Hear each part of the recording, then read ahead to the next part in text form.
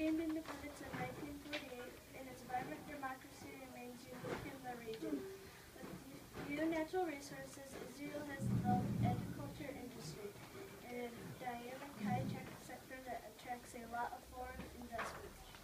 The discovery of large offshore natural gas deposits have improved Israel's energy resources. Exports and goods and services generate about 40% of Israel's gross domestic product. President of Israel. Shimon Peres became the President of Israel in 2007. He also served as Prime Minister twice. He first held the office from 1984 to 1986. He became Prime Minister again in 1995, following the assassination of Prime Minister Yitzhak Rabin. In 1996, Benjamin Netanyahu replaced him as Prime Minister. The Israeli government is a democratic republic. It has no written constitution. Instead, the government follows basic laws that have been passed by the Knesset, the Israeli parliament. The Knesset is a one-house body made up of 120 members, each elected to a term not to exceed 4 years. The Knesset passes legislation, participates in the formation of national policy, and approves budgets and taxes. All Israeli citizens 18 years or older may vote. The Prime Minister is the head of Israel's government and normally the leader of the party that controls the most seats in the Knesset.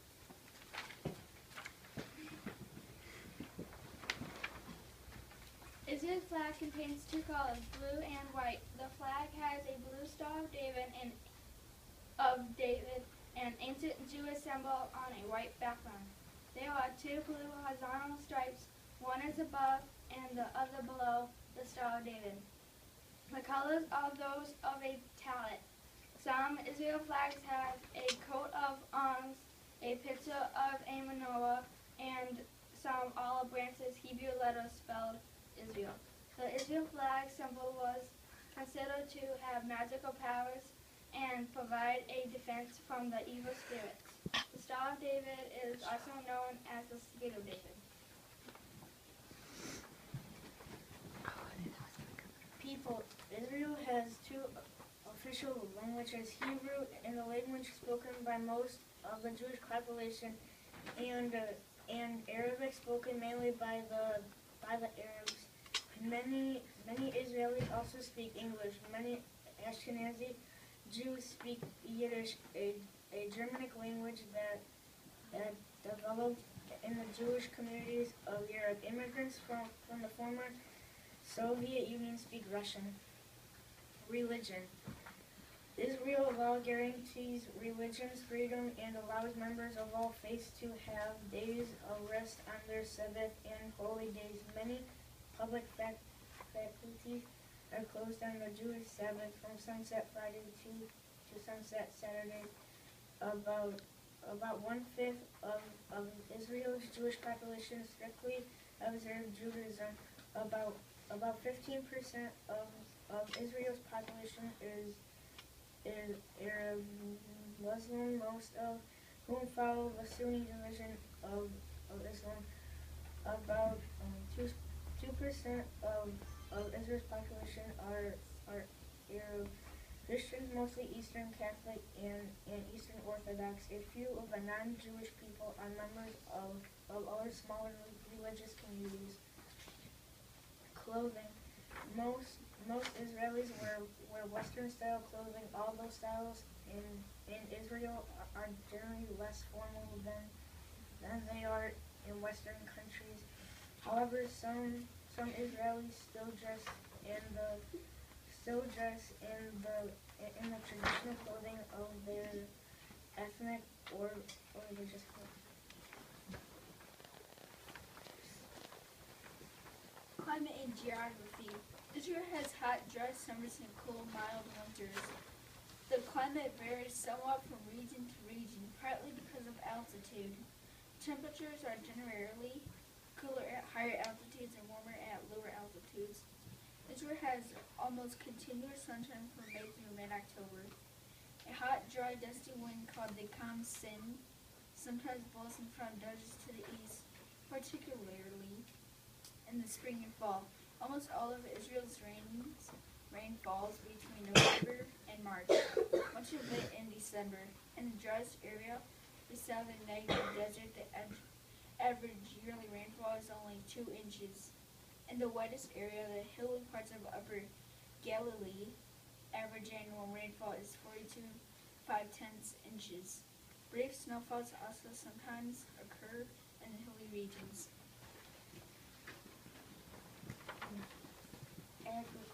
Agriculture accounts for 2% of Israel's gross domestic product and employs about 2% of its workers. Important agriculture products include beef and dairy cattle, poultry, and tomatoes and other vegetables.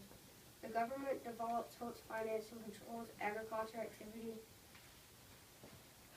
including fishing and forestry. Israel produces most of the food needed to feed its people. Agriculture exports provide enough income to pay for any necessary food imports. Most Israeli farmers use modern agriculture methods. Water drawn from the Jordan River irrigates large amounts of land in Israel. Shalom, everybody. Today is the first day of the Jewish festival of Hanukkah. Last night, Jewish people all over the world celebrated by lighting the first candle. This evening, 2 candles will be lit, tomorrow 3 candles, and so on until next Sunday evening when there will be 8 candles. This is a candlestick called a menorah, the special candlestick which is used at Hanukkah. Each night there's an extra candle for the servant candle, which is used for lighting the others. Let's look in on the family who's about to light the menorah. Come children, it's time to light the Hanukkah candles. Blessed are you, Lord our God, King of the universe, who makes us holy through doing his commands and commands us to kindle the lights of Hanukkah. Amen. We kindle these lights to commemorate the wonders, the heroic acts, and the marvelous and consoling deeds which you performed for our fathers through your holy priests in those days at this season. During all 8 days of Hanukkah, these lights are holy, and we are not permitted to make use of them, but only to see them in order to thank your name for the wonders, the victories, and the marvelous deeds. Dad, tell us the story of Hanukkah. Yes, Dad, why do we light the candles? What is Hanukkah about? Okay, it all happened a very long time ago, almost 2,300 years ago. In those days, the Jewish people lived in the country that we now call Israel. They had a temple in the city of Jerusalem where they worshipped God. But in those days, the land was ruled by the king of Syria, whose name was Antiochus. He didn't believe in God, said he believed in Zeus and the other gods of Greece. Antiochus wanted everyone to believe the same as him, so he made a law. Everybody better listen to this new law that I just made. You must worship Zeus and the other gods. If you don't, you will be put to death. God, take some of the soldiers and take over the Jewish temple in Jerusalem. Knock down the altar and put up a golden statue of the great god Zeus. That will show whose God's the best. So the Syrian soldiers took command of the temple. They damaged the building, they stole the great gold candlesticks, and they put up a statue of the great god Zeus. They even put out the Meritamid, the everlasting light that stays on the synagogue all the time to remind us that God is there.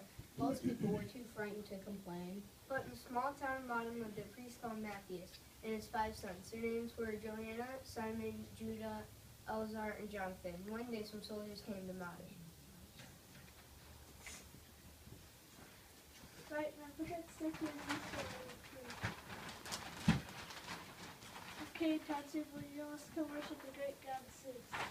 At first no one came forward, but after the soldiers threatened to kill anyone who didn't, a man stepped forward and bowed down to the statue. Matthias the priest was furious. You traitor! Ah!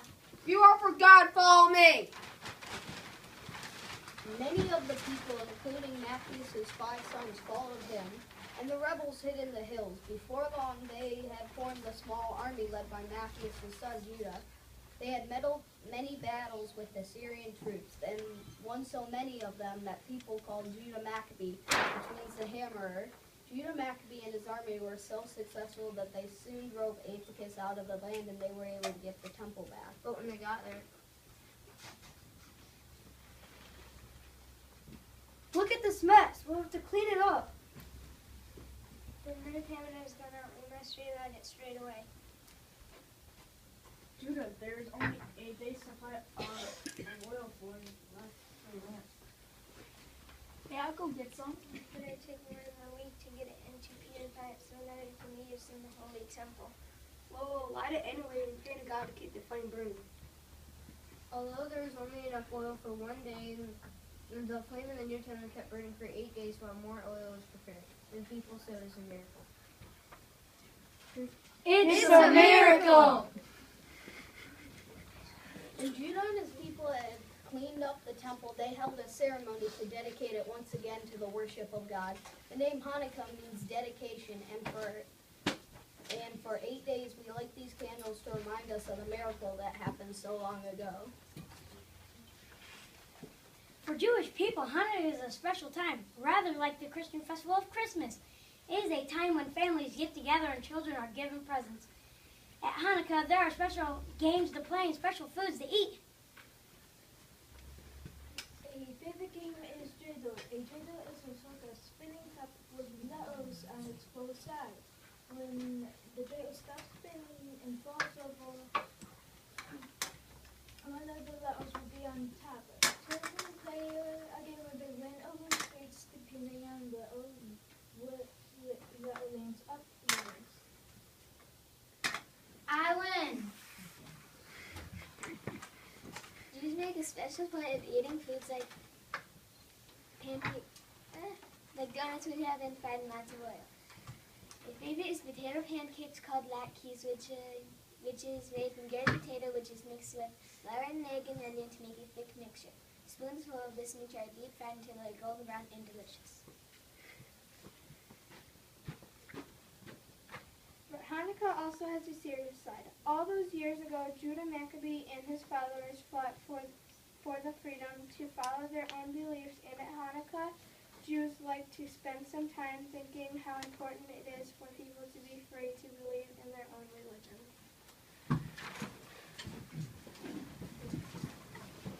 That is the end of our play. We'd like to thank you very much for coming. Everybody.